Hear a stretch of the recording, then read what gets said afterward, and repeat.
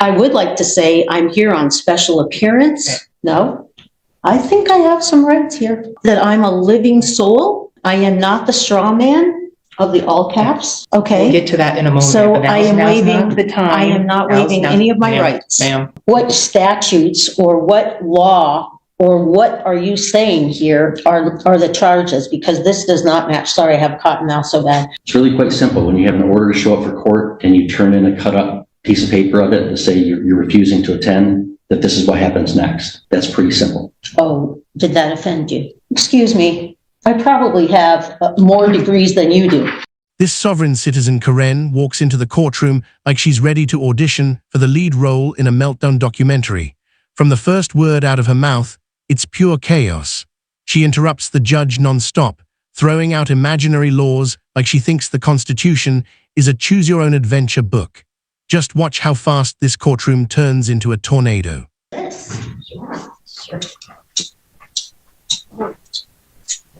Thank you, sir. If you took some thousand. Oh, such an interesting out. All right, good morning. We are on the record in the 89th District Court for the County of Sheboygan. We're conducting the physical hearing upstairs in the circuit courtroom. It's being clerked by the 89th District Court staff down in that courtroom.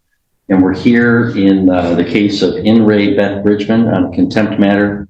It was filed in an underlying criminal case 23-0868SD. We are providing public access both in the courtroom, in the circuit courtroom, and also online. Counsel, you want to state your appearances, please? Good morning, Your Honor. Paige Miller on behalf of the people. Attorney Eric Villanueva appearing as a arraignment attorney on behalf of Beth Bridgman. Also, I will represent myself. Yes, okay. we'll get to that. I would like to say I'm here on special appearance. No, I think I have some rights here. I don't know. What does special appearance mean to you? It means in a common law that I'm a living soul. I am not the straw man of the all caps. And you'll have an opportunity at a later time. Please just take a seat. I've never seen those opportunities come back around. Thank you. Okay. We'll get to that in a moment. So I am waiving the time. I am not waiving any of my rights. Ma'am. You can practically feel the second-hand stress radiating off the attorneys. These poor lawyers did not spend years studying law just to babysit someone who thinks Google is a law degree. One look at a lawyer's face, and you can tell he's within seconds of losing hope. Okay, thank you. Ms. Richmond, you're free to stand or sit, whichever you're more comfortable with. I don't know how I'd pull a chair up, so thank you. Well, if you want to sit there, I have no problem. Okay. All right. Thank you. Okay. All right, well, Ms. Bridgman, you're here for an arraignment on 2 allegations of contempt, so I have to advise you of what those are. The first was an order to show cause that I signed on December 13th, 2023, which alleges that you are in criminal contempt of court for the unauthorized practice of law and for preventing the defendant, Seth Flores, from meeting with the Michigan Indigent Defense Commission attorney prior to his arraignment.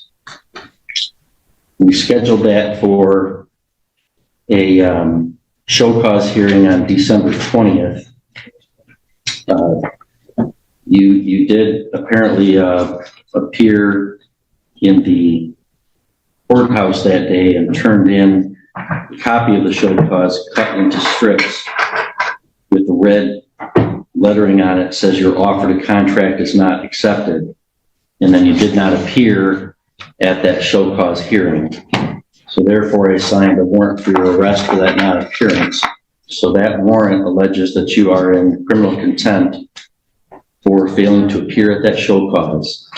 So Failing to appear for order to show cause on Wednesday, December 20th, 2023 at 11 a.m. for preventing defendant Seth Miguel Thomas Flores from meeting with MIDC attorney prior to his arraignment. So those are the 2 contempt citations pending against you. You have the right to have a hearing on both of those allegations where your contempt would need to be proven beyond a reasonable doubt.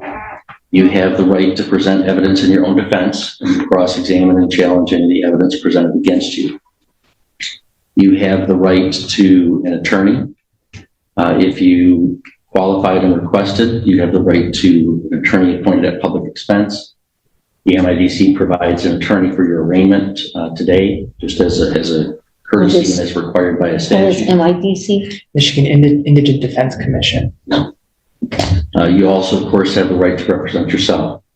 Do you know, well, first, do you comprehend the penalties? Oh, I'm sorry, I didn't tell you. So both those contempt citations, if you are found to be in contempt or you admit to being in contempt, you could be punished by up to 93 days in the county jail and or a fine of $7,500 or both.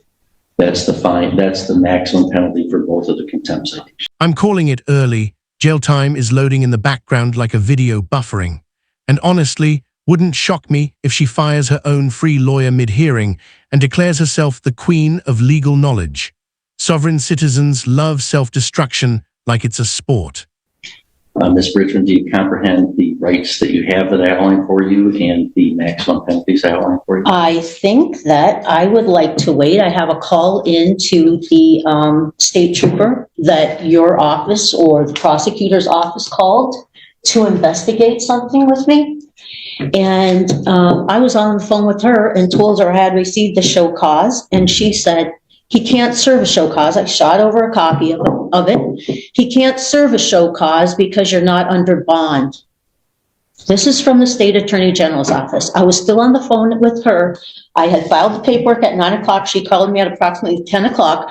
I was still on the phone with her till after 11 o'clock. And she told me that you could not issue a show cause because I was not under bond. Now I understand you have just precluded all of my common law rights by forcing me in the back door into your jurisdiction on this side of the court. And I know that this is not what was on the original document in its entirety. So you have amped up the charges based on the fact that I failed to appear, but I believed she was going to let you know. She was collecting information from me for you. The strategy she's going for is basically act clueless and hope the court gives up. Like seriously, who rips up court documents and draws on them like it's preschool craft day? That's not a defense. That's the plot of a cartoon. Ma'am, Okay, now, did you just understand what the judge asked you regarding those two charges? Did you just understand that I think there's a bigger overriding issue? Thank you. Wait, hang on. Thank I'm you. not going to have this. I'm going to fire him, actually, so thank you very much, because I will represent myself. Okay. So you're telling me things in defense of the contempt citations, and you'll definitely have an opportunity to present any. No, because you already, Hang on, Mr. Villanueva, please stop. I don't want to have this be an argument between Thank you. and Ms. Bridges. I just like to state that well, I think we need to back it up. pleading not guilty to both of those, and that she would like to request a hearing, that she would like to represent herself at that future Okay. hearing. No, Your but Honor, I all just of my want to- rights were strongly impinged upon for even when I never failed to appear. Okay. We're going to have a hearing where you. She was working, Okay, you're going to get your Mr. hearing. Villanueva, No, I'm this directing you to is- stop thank you. arguing with Ms. Bridges.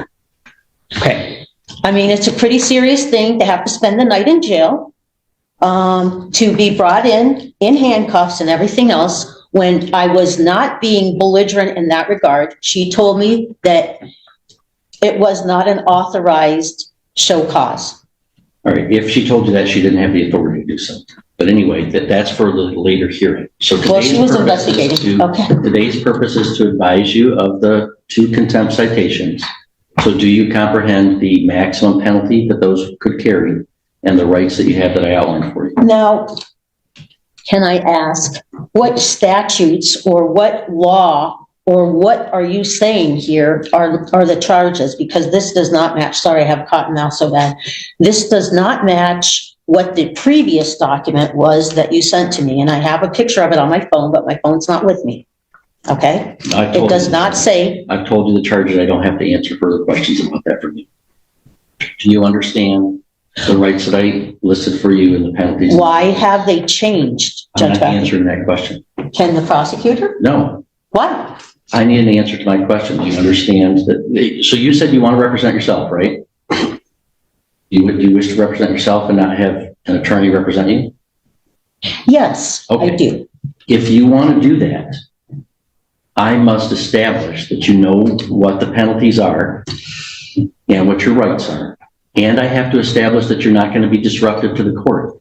If you refuse, So are those, then I'm going to appoint I'm not an attorney for refusing. you. Okay, then I would appoint an attorney for you and you'd not be able to represent yourself. I know, I listened to that with Trevor's case. All right, so I'm asking you, and you saw what How happened, can I Mr. Richmond? No shade to the judge, but part of me wishes he'd just do the classic bailiff handle it. Because answering a simple yes or no question is impossible for her. She's arguing with the air, the court, the laws, and probably gravity. So I first have to make sure you know what the maximum penalties are and what your rights are. Do you not? Those maximal penalties are based on the charges, and I'm wondering how you arrived at a change in the charges. I'm not answering that question.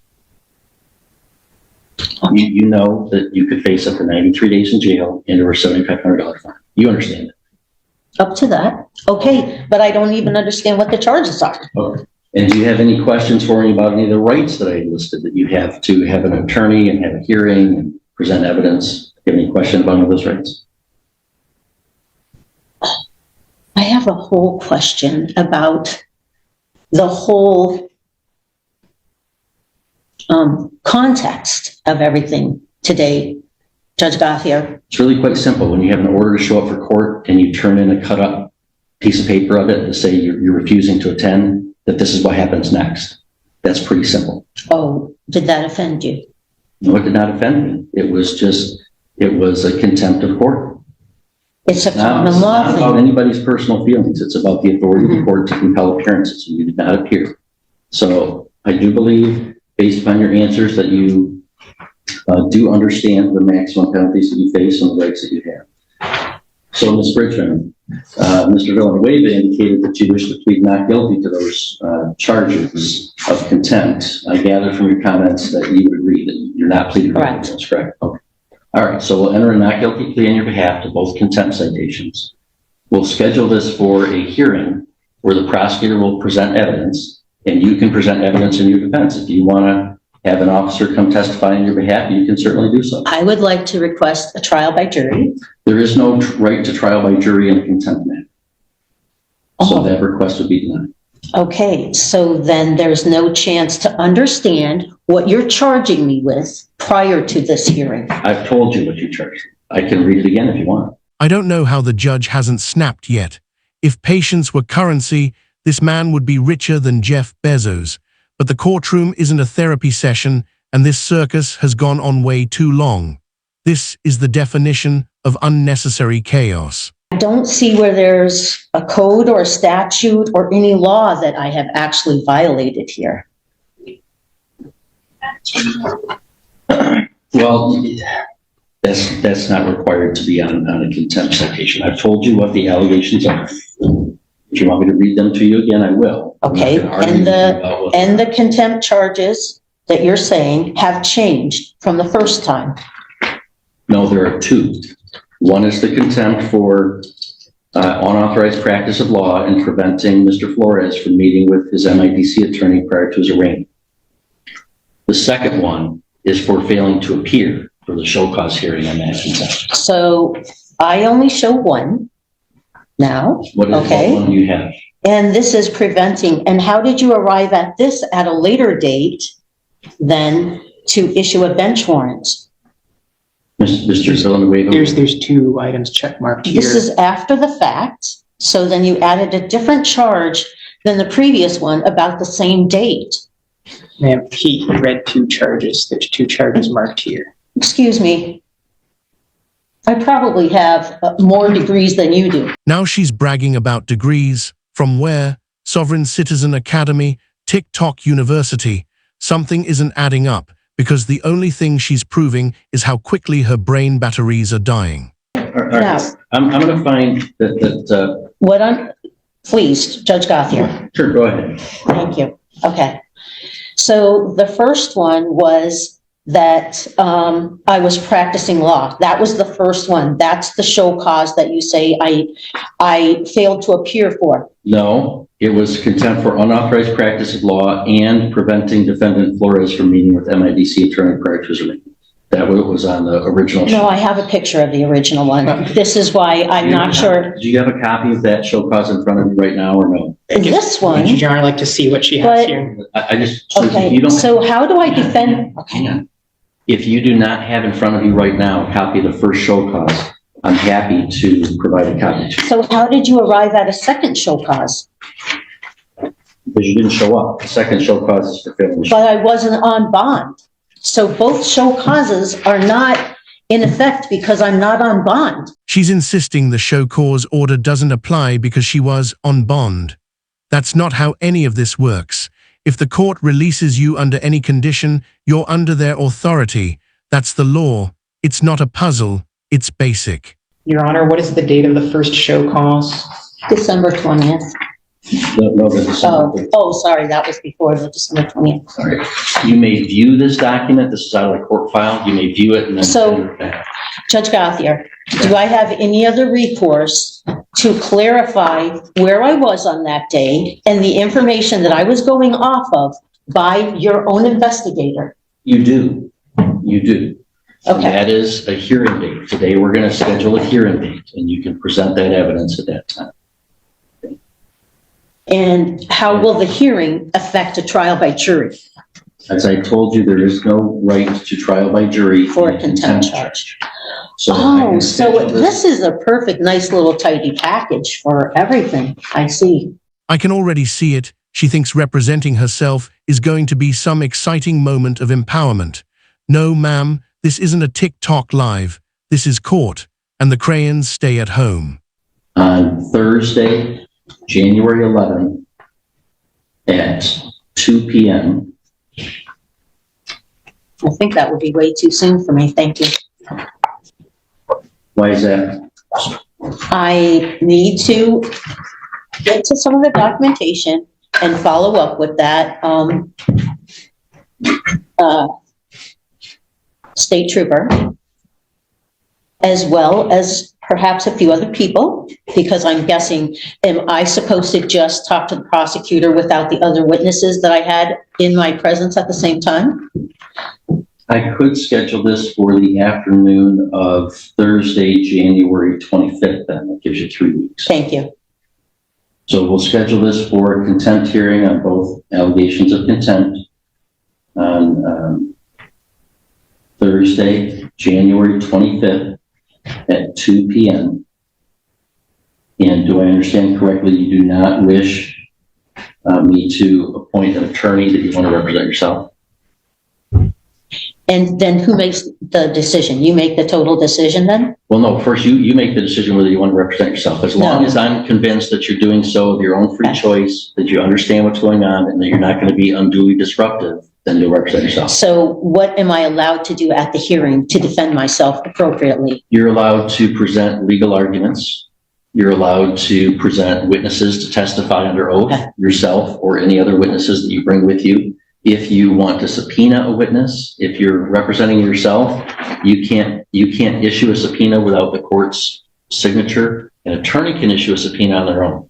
So If I you want can't to subpoena somebody, what you would do is you go to the court clerk, they give you the paperwork, you'd fill out the subpoena, they would give it to me to review, and if it looks like it's reasonably, connected or relevant to the case, I would sign the subpoena, and it would be given back to you for you to serve upon the person to compel their appearance. I did not even get to watch the video that day because I was still on the phone with the trooper. And then people told me after I went up for Christmas that there was maybe a bench warrant, that you had issued a bench warrant. But everybody looked for it online at VineLink and couldn't find any bench warrant. So I was not trying to. I thought that trooper had told you what she told me, that I wasn't on bond, so I couldn't have a show cause. Well, that's all going to be sorted out at the hearing. Okay, we don't have to sort all that out today. Well, that's a lot of overnight in being arrested downtown and everything for misunderstanding that I would like to, Ms. Richmond, I mean, okay, I get it, you're not Judge Gothier, I know what happened, You're but not fooling me. I've got the show cause that you apparently cut up into little strips and wrote. yeah, but I brought it at 9 o'clock because do you know that that's actually a common law practice? The judge tries one more time to get her to answer a straightforward question, and she responds with another 5-minute monologue about imaginary rights. At this point, the judge's soul looks like it left his body and is waiting in the hallway. And there are courts that recognize common law because sovereign people and people who take an oath of office can follow common law. All right, so the Not the contempt hearing codes and on both statutes. matters is scheduled for Thursday, January 25th at 2 p.m. I find that Ms. Bridgman is unequivocally exercising her right to represent herself, that she understands the nature of the charges against her, the maximum penalty, and the rights that she has.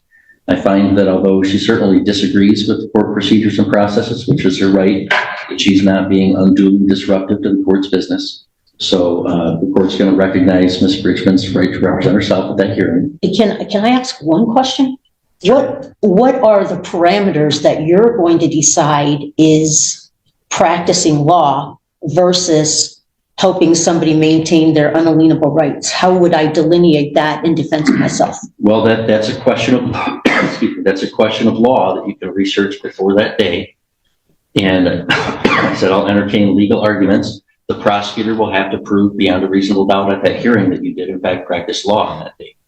That's where then there's a risk to representing yourself because an attorney, has access to and better training and researching the case law, interpreting what that is. The Michigan Supreme Court has issued some opinions about what that is. If you're representing yourself, you're going to have to find those on your own and make the argument as you see fit. If you want to hire an attorney or if you want an appointed attorney, they would be able to fashion those arguments on your behalf. But I'm not going to. No, I've been down that path before, and it never turns out the way they first present themselves to you, that they're going to fight the case. It never turns out that way. So I'm fully cognizant and aware of that, but I wanted to see what your standard was going to be. It's going to be what the law requires. But I'm not sure which law you're referring to. So I have to research all the laws to determine what this says that is different than the first show cause. Yeah, Ms. Richmond, if you want to represent yourself, it's a little bit more work. You're going to have to I'm not saying it's not more work. It's also not presented in a way that tells me what I'm really being charged with, or that anybody has any proof of what they said here. So that's what okay. All right, well, that's what we'll all right. Those Thank you. Arguments, and the prosecutor will present witnesses at that hearing, and you can present witnesses. As I said, if you desire the court's help in compelling the appearance of any witness on your behalf, okay, submit a subpoena to the clerk's office that I would review. It'd be the district court office that I would review, and I would issue the subpoena. So one of the key laws would be that in the state of Michigan, anybody practicing law should have be a member of the Bar Association. Am I correct? That is correct. Yeah. Now, Ma'am, you have to figure that out at another time, okay?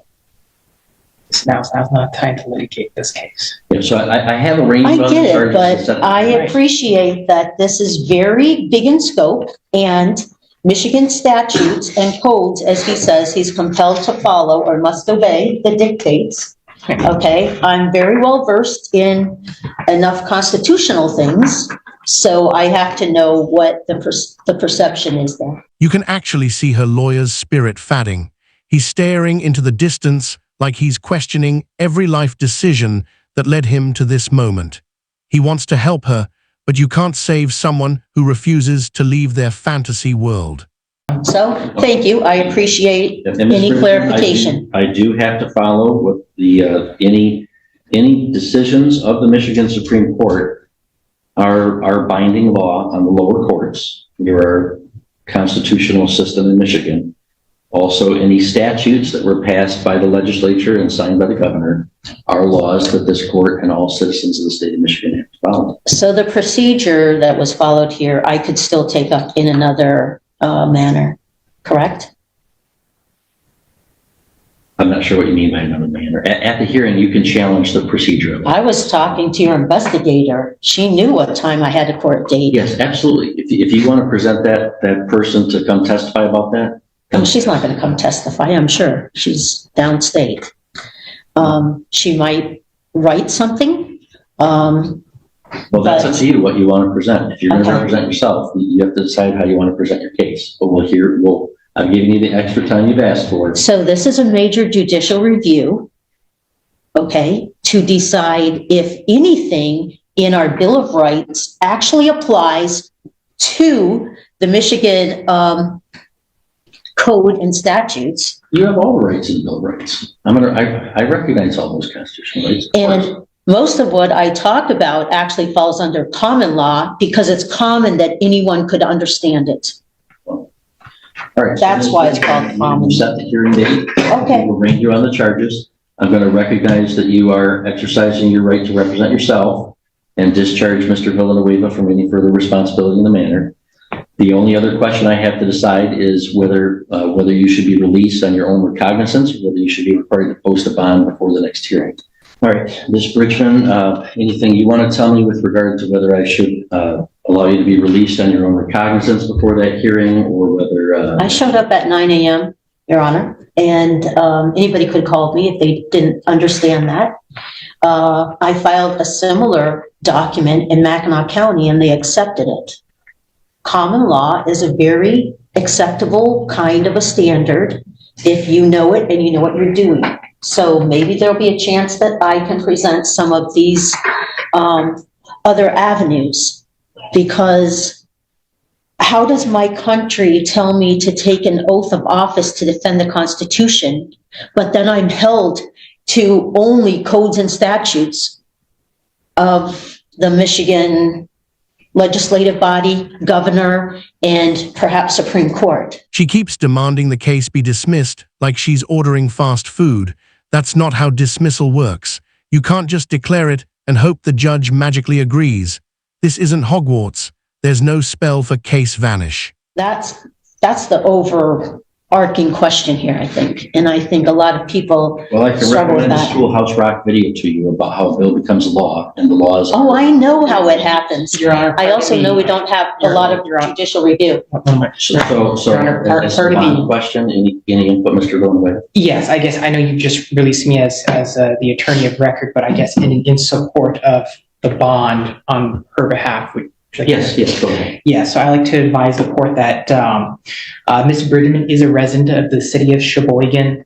She advised that she's a former social studies teacher. She's presently collecting disability. So she informs me, I'm unaware of the status of if she has an automobile or anything. I'm not aware of any known criminal history for Ms. Bridgman, and she reports that she has no drug or alcohol issues. Granted, there's this allegation of not appearing at a previous hearing, and she was picked up, I believe, within the Sheboygan County for that. And so I advise that Your Honor. Oh, and one last thing, she's a politically active member in the community. She has audited an election previously, so I believe she's more or less, I guess, committed to this area, this local municipality. It seems unlikely that she would go anywhere, and how she would do that. And so, Your Honor, I would ask that you set reasonable bond for her release.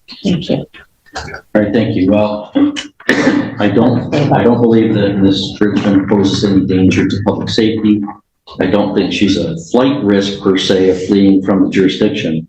However, I do believe that she's a heightened risk of just flat out refusing to appear, as evidenced by the fact that she cut up the previous show cause into little strips and wrote that she wasn't accepting an offer. Well, they It wasn't didn't, an offer, it was an order sorry, to appear. they didn't actually hand it to People just me. refuse to appear on orders to appear by saying, sorry, I don't want to. So I don't think that release on her own recognizance would be sufficient to secure her appearance. So I'm going to set bond in the contempt matter at $10,000, cash or surety to the full amount.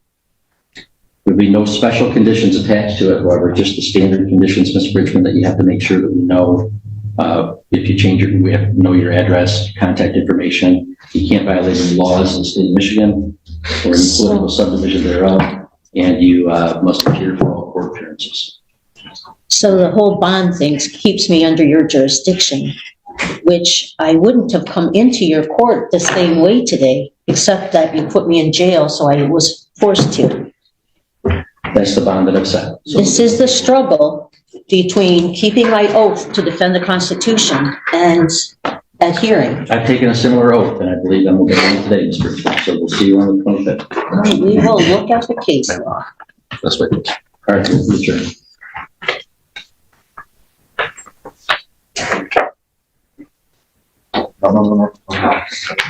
That's right. I know. She's only up here from North Carolina. And when the judge finally moves toward consequences, she suddenly acts like she's the victim of a world-sized conspiracy. But really, she's the architect of her own downfall. Every word she says digs the hole deeper, and she keeps on digging.